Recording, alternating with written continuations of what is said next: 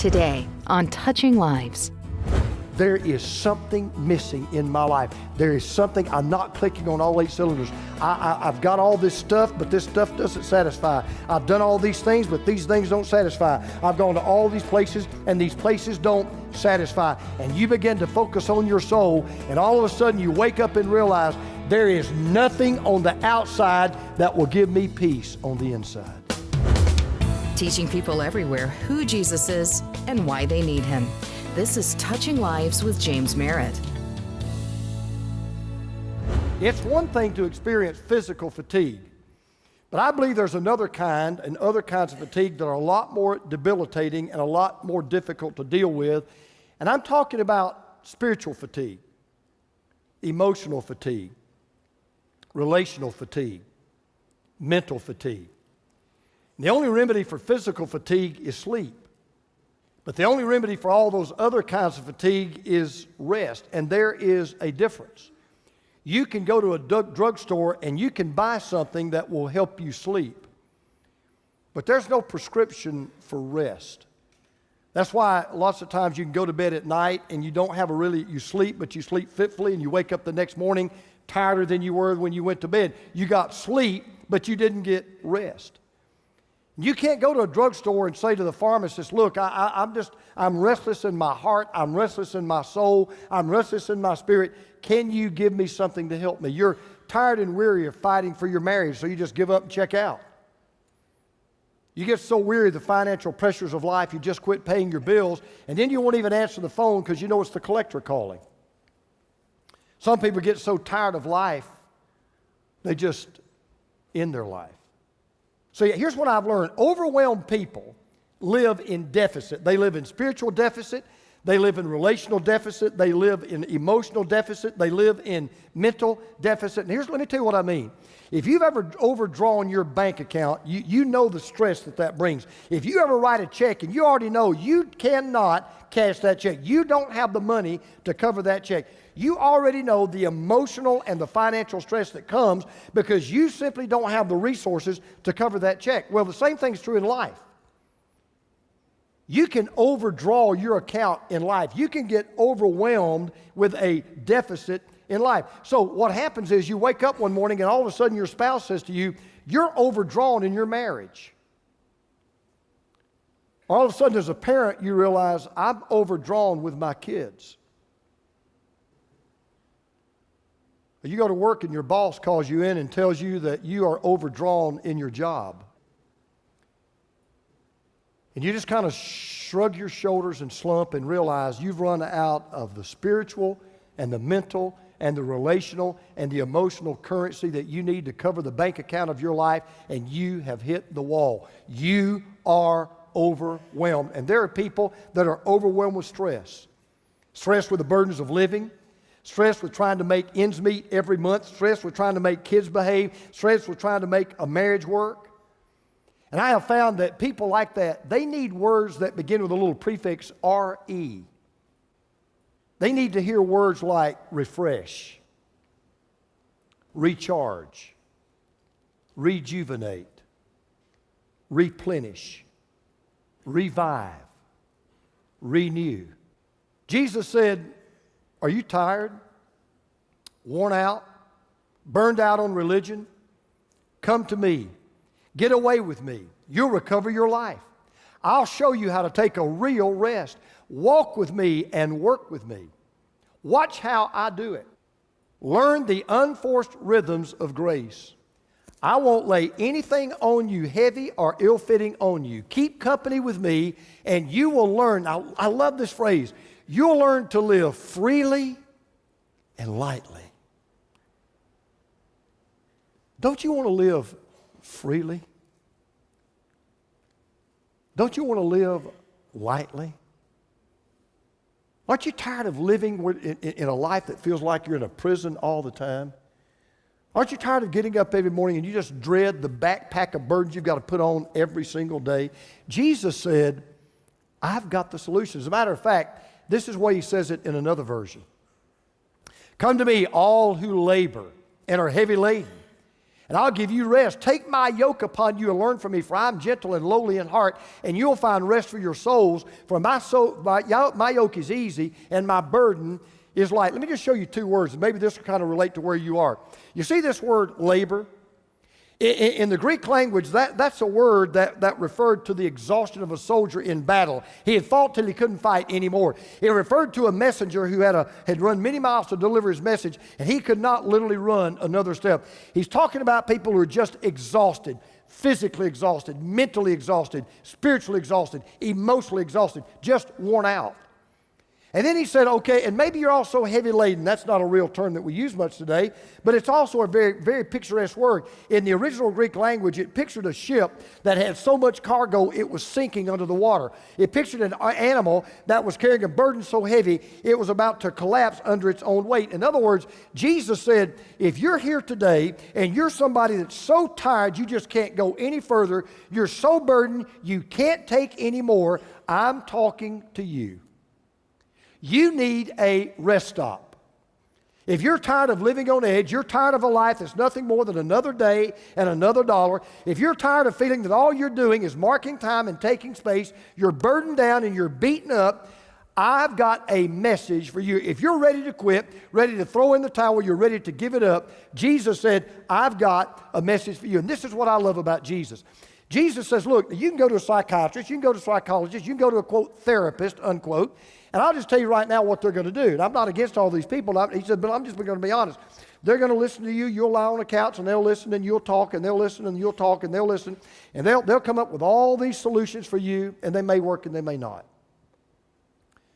Jesus says, I'm not going to complicate the simple for you. I'm going to simplify the complicated. And he says, I'm going to share with you in 3 verbs what you need to do. And if you will do in these 3 verbs what I tell you to do, you're going to find rest for your soul. You're going to find peace in your spirit. And I don't care what's going on in your life, you can handle it with grace, you can handle it with confidence, and you can handle it with confidence.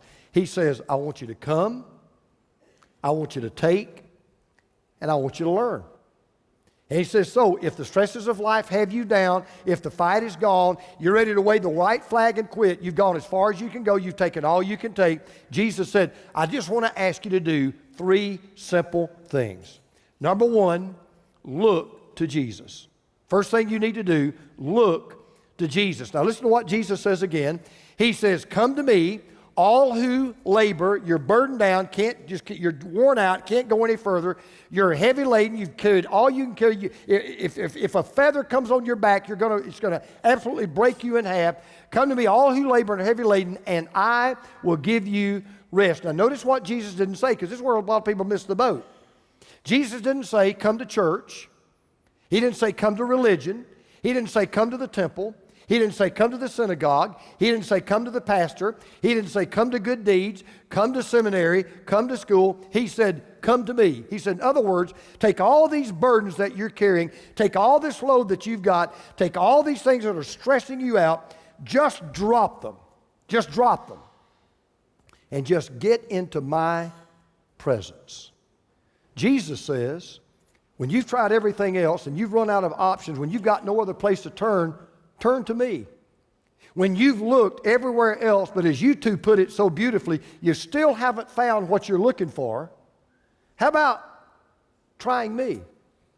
When you've tried everything else and you're still asking the question after you've tried everything else, so how's that worked out for me? And it hasn't. Why don't you come to me? Because I'm the one and the only one that can give you rest, not just for your body, but for your soul where you need it the most. St. Augustine, you've heard this quote before, but it's so true. Augustine said, the soul is restless, and it will not rest until it finds its rest in God. So Jesus comes along and says, you stressed out? Man, am I stressed out. Gone about as far as you can go, ready to wave the white flag? Yep. Look to me. Just drop everything you're worried about. Look to me. Step 2. It's so simple. You don't believe how simple this is. Look to Jesus. Live for Jesus. Just live for Jesus. Now, Jesus said, there is a catch. So he never hides anything. He said, okay, now, if you're going to come to me, there's something you have to take from me. You can't come to me if you don't take from me. All right, well, Lord, what do you want me to take? Here's what he says. Take my yoke upon you. Now, I'm going to be very honest and candid because I try to figure out how people are going to think, right? I try to think, so what would if I were an unchurched person, or if I was kind of a rebellious person, or if I wasn't into this Jesus and Christianity thing, what would I be saying right now? And here's what I would be saying. I would say, you know what? That doesn't really sound too inviting to me. I mean, you're wanting me to come, and so what do you have for me, Lord? You have a gift certificate to Macy's. You've got a brand new car. You got a jet. Nope, got a yoke. I don't think so.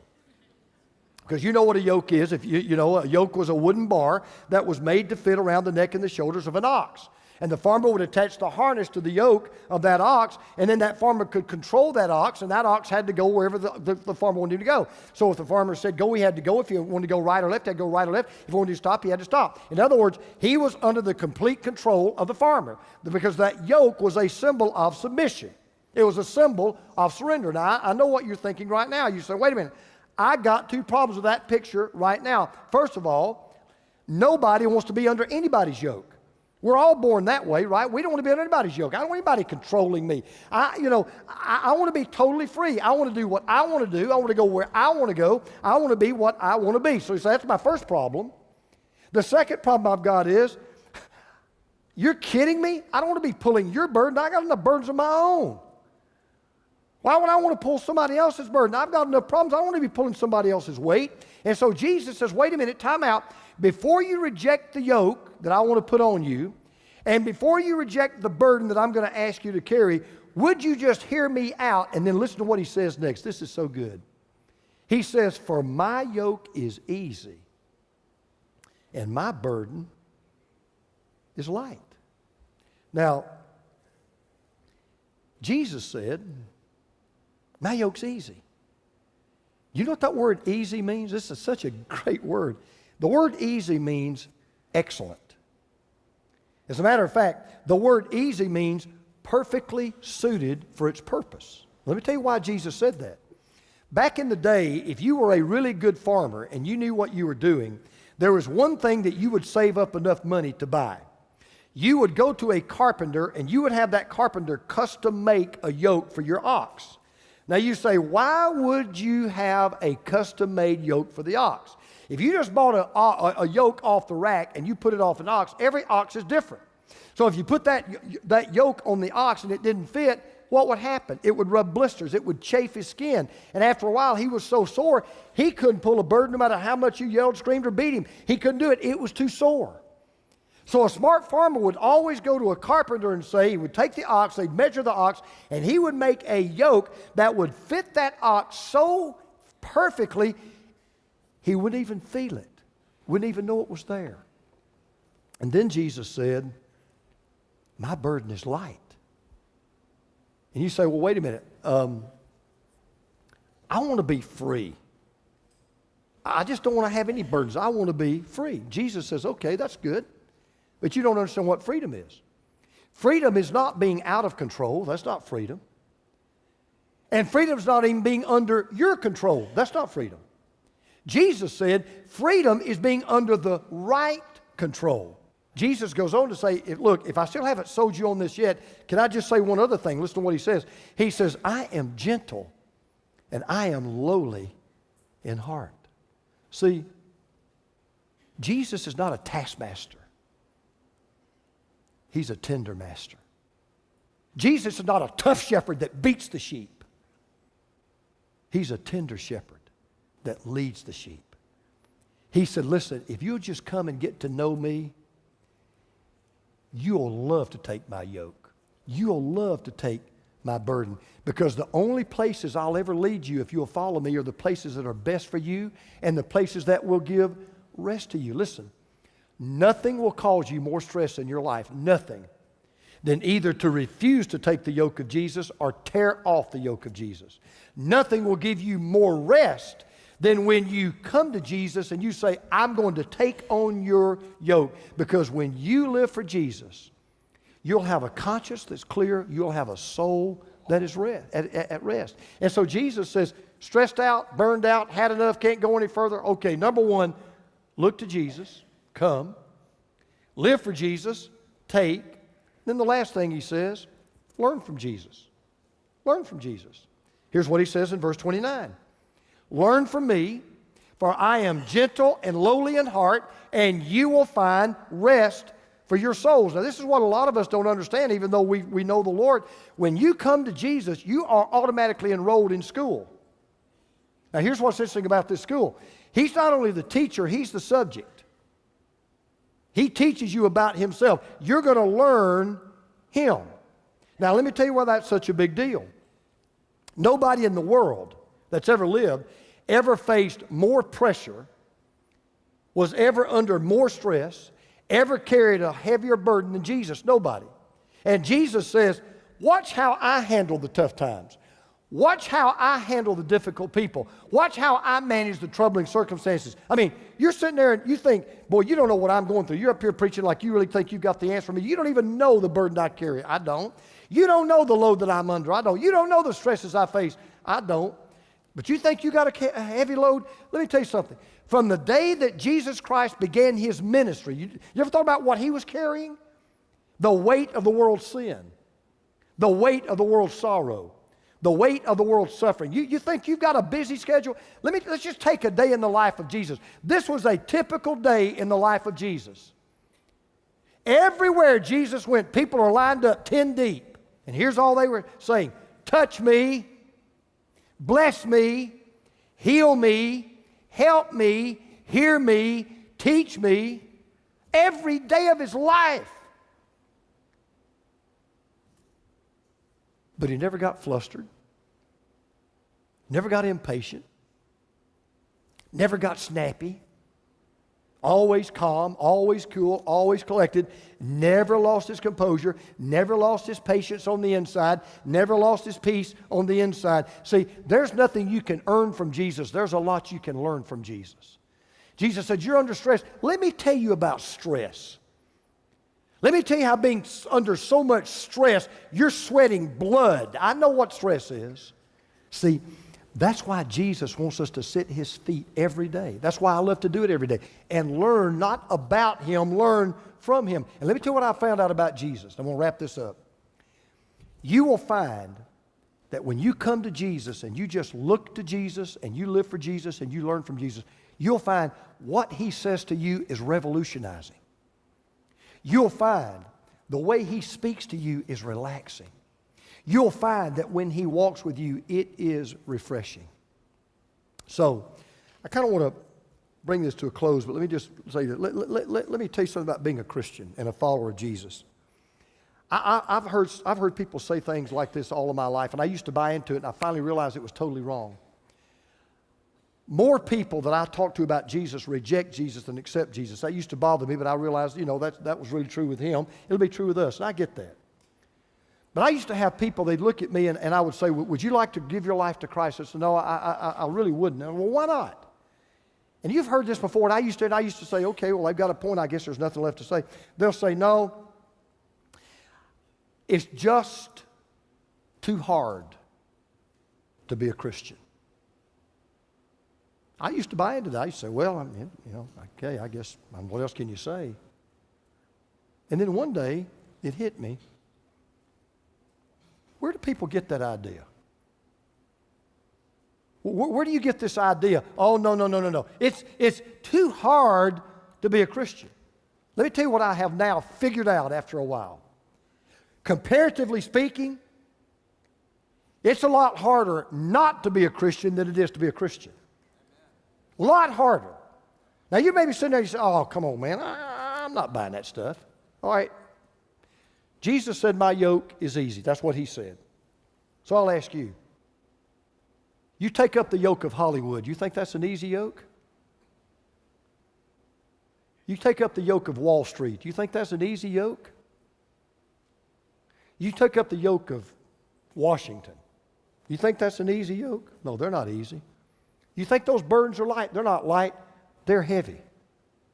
Here's what I finally figured out. Compared to sexual addiction and drug addiction and alcohol addiction and money addiction, life is so much easier when you're looking to Jesus and living for Jesus and learning from Jesus. I'll take that any day of the week. I've lived it. So you're still not buying it. Let me just, all right, here's the proof. How many of you, now let's be honest, we're all just being honest today, right? This is not Liar's Day, this is Truth Day. How many of you have ever had a guilty conscience? Raise your hand. Now, if you don't raise your hand, you're going to have a guilty conscience, all right? So raise your hand. All right, so have I. Quick question. You tell me, which is heavier to carry around? A guilty conscience or a clear conscience? You tell me. Harder to be a Christian. Are you kidding? Jesus said, my yoke's easy, my burden is light. You tell me, which is heavier to carry around? A dirty heart or a clean soul? Which gives you a better night's sleep? A clean conscience or a guilty conscience? Jesus said, my yoke is easy. And by the way, if you're still not buying what I'm saying, do you understand who wrote that gospel? You understand who we're talking about here? Do you understand that Matthew is the only gospel writer that included that teaching of Jesus? Luke didn't put it in his gospel. Mark didn't put it in his. John didn't put it in his. Why do you think Matthew is the only guy that made sure that got in the gospel? Had it been for Matthew, we wouldn't even know what Jesus said. Why do you think it was Matthew that wrote that? I'll tell you why. He was a tax collector. He was a bum. He was a crook. He was a thief. He was doing everything the world's way, and he thought he had it all figured out. He said, I know how to handle it. I know how to handle life. Get all you can, step on everybody else, get to the top as quick as you can. Don't ever trust anybody, and you live for you and you alone. And you know what he found out? Didn't work out for him. And then Jesus walked into his life, and he just said two words. Follow me. Peace, contentment, rest, joy. That's the way it works. So as we get to the end of this, let me just say this to you. I thought about this the other day and see if this doesn't resonate with you. Have you ever noticed kind of how life flows? You're born and you're a child, and then you become a teenager. And in those years, we all do this. We focus on our bodies. So we go to the gym, we work out, we play sports, we get into beauty pageants, we try to make the cheerleading squad, we get our teeth straightened, we go to the dentist, we have braces on. So all this, we focus on our bodies. We kind of do that in the early years. Then we graduate from high school, and now we say, okay, now I need to focus on my intellect. I need to focus on my mind. So we go to college, and we get the degree, and we try to get to that piece of paper that we hope will get us a good paying job. And then after we do that, we say, okay, now it's time to focus on my emotions. It's time now. I've worked, I've gone to school. Kind of time to enjoy life. So we play the field, we hit the dating scene, we hook up, we live it up. And the fun's there, but the fun doesn't last. The thrill is there, but the thrill doesn't last. And it all happens for us at different times in different ways and for different reasons, but ultimately, you come to the point and you say, you know what? I have focused on my body. I have focused on my mind. I have focused on my feelings, but I'm not focused on my soul. I'm not focused on my heart. There is something missing in my life. There is something, I'm not clicking on all 8 cylinders. I've got all this stuff, but this stuff doesn't satisfy. I've done all these things, but these things don't satisfy. I've gone to all these places, and these places don't satisfy. And you begin to focus on your soul, and all of a sudden you wake up and realize there is nothing on the outside that will give me peace on the inside. And then Jesus comes along. And he says, if you'll look to me, and if you'll live for me, and if you'll learn from me, you'll come to a rest stop that you'll never want to leave again, because my yoke is easy and my burden is light. And that's why I can stand up here and tell you that after 53 years of following this man named Jesus, I am a satisfied customer. I'm a happy dude. My wife will tell you, makes her mad because she can't do this. When I lay my head on my pillow at night, I have a little ritual. I have a little sound machine by my bed, and I sleep with a sound machine. So I turn on my sound machine, and she'll tell you, maybe 10 seconds, I'm out. I'm gone. When I wake up in the morning, I wake up knowing that I serve a shepherd who is tender and lowly in heart, who has a yoke that fits me perfectly. His burden is so light, I don't even know that it's there. And I serve a Lord that says to me, no matter what you face today, I got this. We will handle it together. There is no peace. There is no rest. There is no contentment. There is no joy like that Jesus brings. Sometimes, when we're standing firm and fighting the good fight of faith, we still become battle weary. God said that the battle belongs to Him and that our job is to battle to enter into His rest. If you need help getting back to that peaceful place of God's rest today, call Touching Lives at 800-413-1131. We want to pray with you as you turn everything over to Him.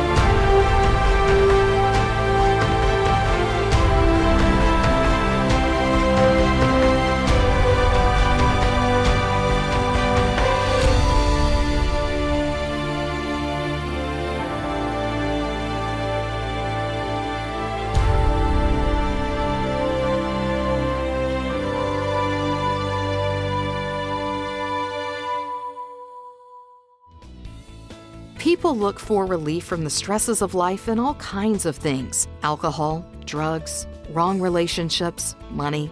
But the Bible teaches us about a peace that can only be found in Jesus. Because of the faithfulness of our partners, Touching Lives continues to lift the name of Jesus through every available outlet. Together, we are sharing hope around the world.